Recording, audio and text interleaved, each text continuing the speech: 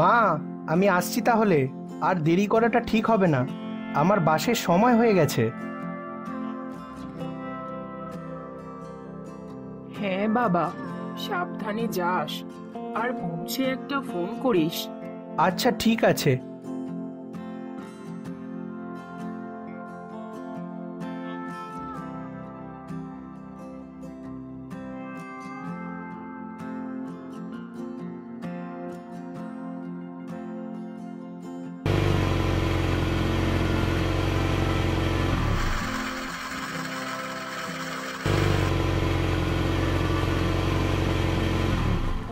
দুর্গা দুর্গা, ছেলেটার মঙ্গল করো ঠাকুর।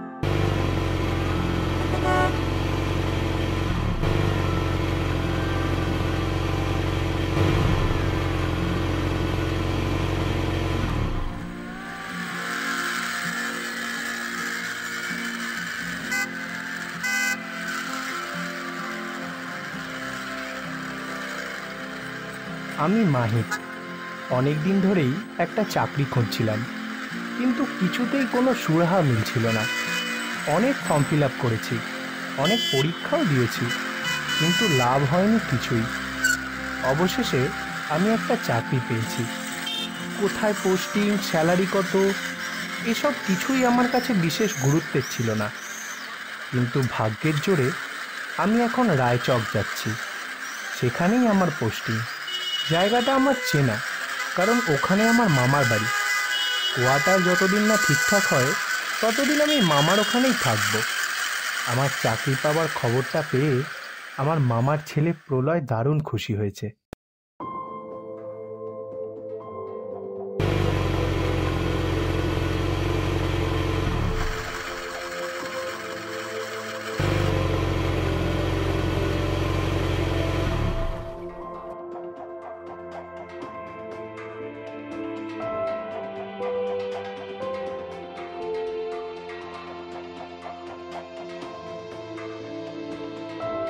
দাদা, পল্লীশ্রী যাবেন? পল্লীশ্রী যাইবেন? তা 30 টাকা লাগবে। আচ্ছা ঠিক আছে, চলুন।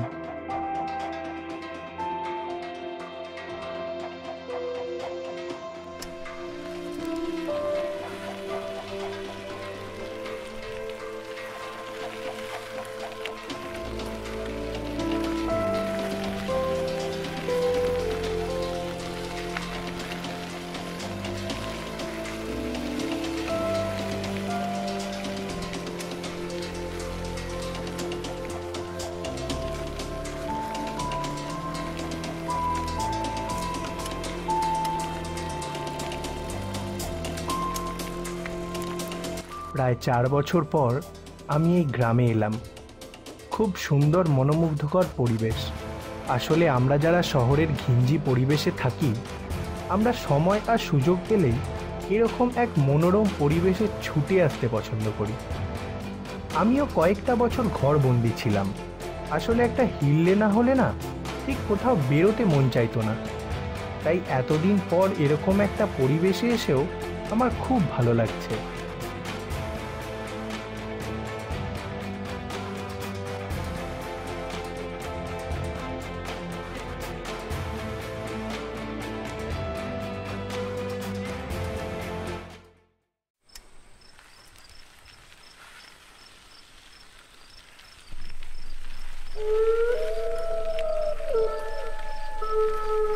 আচ্ছা, আমি যতদূর জানি এই রাস্তা তো অনেক পরিষ্কার ছিল, তাহলে এমন গাছপালা আগাছায় ভরে গেছে কেন? আসলে আমি একটু ঘুরে যাচ্ছি, বুঝলেন। এতে কইরা হইব কি, মরাখালীর একটু সামান্য অংশই আমাদের পার করতে হইব। এই শোনো, এই গ্রামেই আমার মামার বাড়ি। নীলরতন মুখুজ্জি আমার মামা।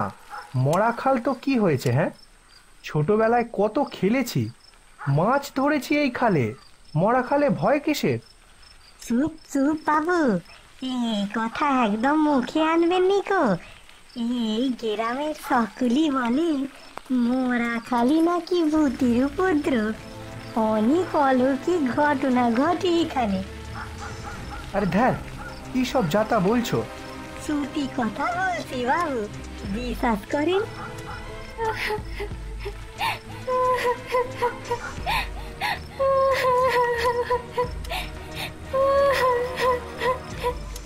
এ কি, এখন এখানে এভাবে কে কাঁদছে? কান্দিয়ে না বাবু, ওইদিকে কান্দিয়ে না। এই, কান দেব না মানে? কে কাঁদছে দেখতে হবে না? নিশ্চয়ই কেউ বিপদে পড়েছে। আপনার দুটি পায়ে পড়ি বাবু, আমার প্রাণের ভয় আছে। আপনি এই মরা খালের পাশে আমারে দাঁড়াতে কইবেন না।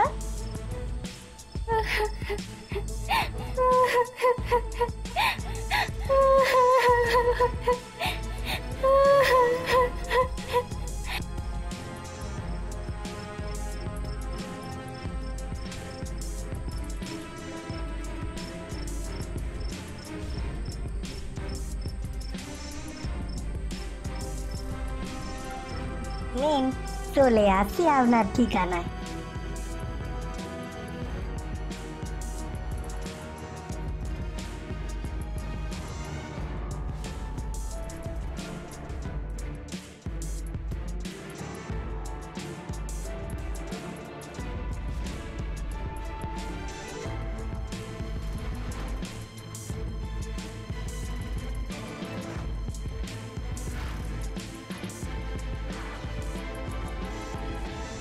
আরে আয় আয়, তোর আসতে কোনো অসুবিধা হয়নি তো? না না, কোনো অসুবিধা হয়নি। আচ্ছা, তুই হাত মুখ ধুয়ে কিছু খেয়ে নে, তারপর কথা হবে। প্রলয়ের কথা মতো আমি ফ্রেশ হয়ে খাবার টেবিলে এসে বসলাম। মামিমা আমাকে আর প্রলয়কে খেতে দিল। আমরা তাড়াতাড়ি করে খাওয়া শেষ করে ওপরের একটা ঘরে এসে বসলাম। প্রলয় কিছু বলার আগেই আমি ওকে বললাম, জানিস প্রলয়, আসার সময় অদ্ভুত একটা জিনিস লক্ষ্য করলাম। আমার রিকশাটা মরাখালের পাশ দিয়ে আসছিল, আর সেই সময় আমার কানে একটা কান্নার শব্দ ভেসে আসে। আমি রিকশাওয়ালাকে বার করে বলার পরেও সে কিন্তু ওখানে রিকশা থামায়নি। বলল নাকি ওখানে ভূতের উপদ্রব। বলিস কি রে, আসতে না আসতেই এমন একটা কাণ্ড বাঁধিয়েছিস? ওখানে দাঁড়ালে তোর বিপদ হতে পারত। রিক্সাওয়ালা ঠিকই বলেছিল, সত্যি ওই মরাখালে ভূত আছে। কি যাতা বলছিস প্রলয়? মরাখালে ভূত? আরে ওই খালে তো আমরা কত মাছ ধরেছি, স্নান করেছি। হ্যাঁ রে প্রলয়, তুই গ্রামে থাকলেও তুই তো শিক্ষিত একটা ছেলে। তুইও কি এসব আজগুবি কথায় বিশ্বাস করিস? তখনের সময়টা আলাদা আর এখনের সময়টা আলাদা। কয়েক বছর আগে গ্রামের একটা মেয়ে ওই মরাখালে ডুবে আত্মহত্যা করে। তারপর থেকেই ওই মরাখাল অভিশপ্ত হয়ে উঠেছে। গ্রামের সকলে বলা বলি করছে ওই মেয়ের আত্মা নাকি জল পিশাচ রূপে ওই মরাখালে রয়েছে।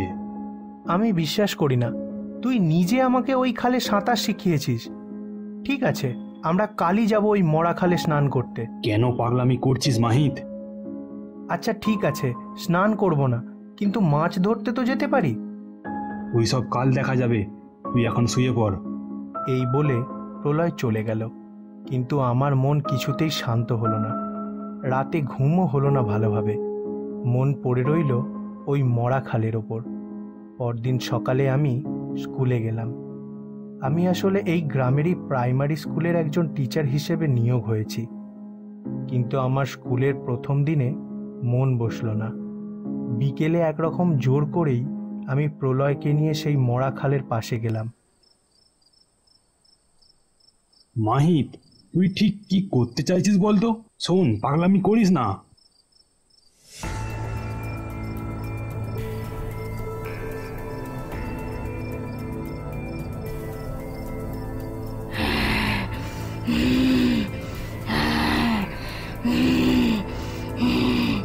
প্রতিশোধ প্রতিশোধ চাই আমার।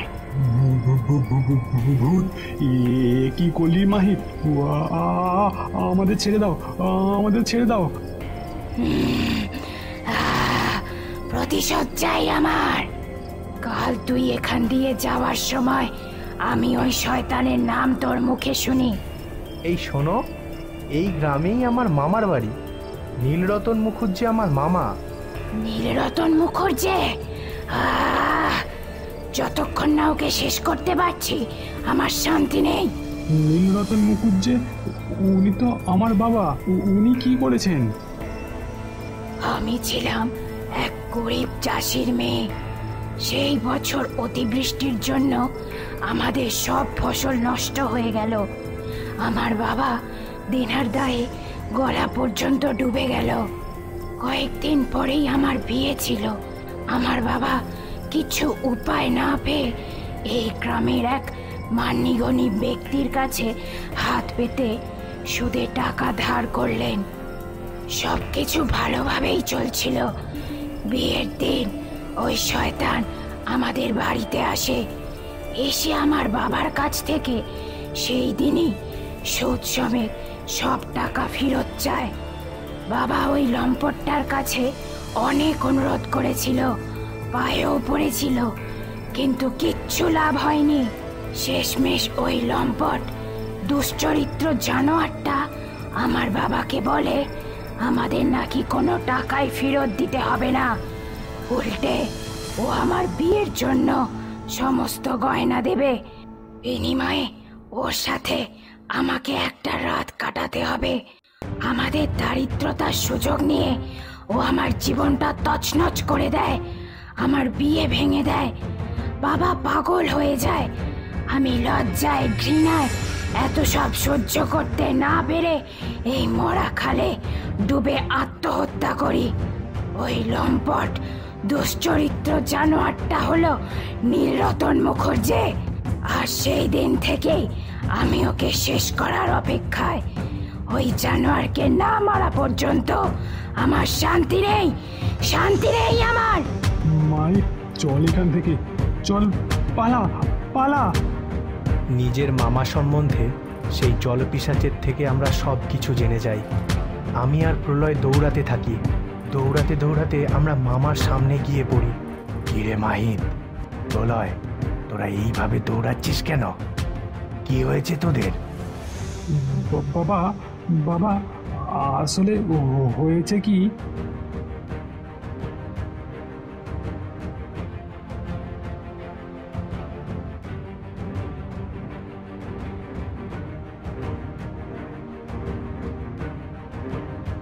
কি সব যাতা বকছিস? তোরা ঘরে যা। আর শোন, তোদের যেন আর কখনো ওই মরা খালের দিকে যেতে না দেখি।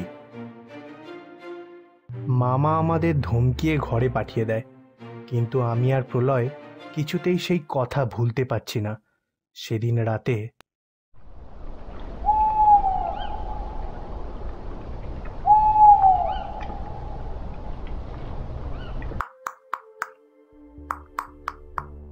এই কে রে? কাটি আমি ময়না।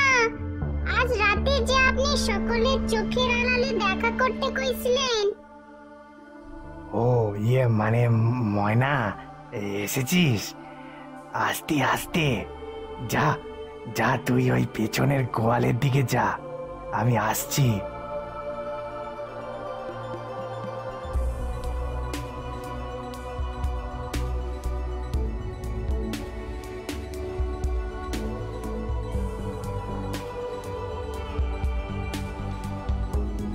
এ কি ময়না, ওদিকে কোথায় যাচ্ছিস আমাকে নিয়ে?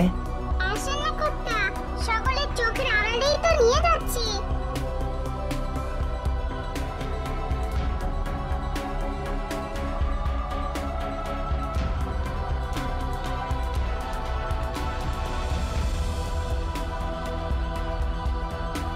এ কি ময়না, তুই আমাকে এ মরা খালের পাড়ে নিয়ে এলি কেন? আর কত ময়নার সর্বনাশ করবি তুই লম্পট? শেষ করে দেব, শেষ করে দেব তোকে আজ।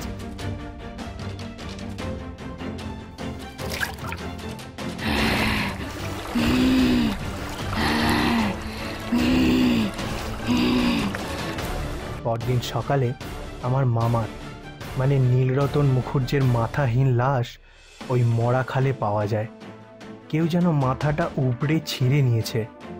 মামিমা মামার লাশের পাশে বসে কাঁদছে, কিন্তু আমি আর প্রলয় বিষয়টা বেশ ভালোই বুঝতে পেরেছি যে এটা ওই মরা খালের জলপিশাচ তার প্রতিশোধ নিয়েছে, আর নীলরতন মুখার্জি তার পাপের শাস্তি পেয়েছে।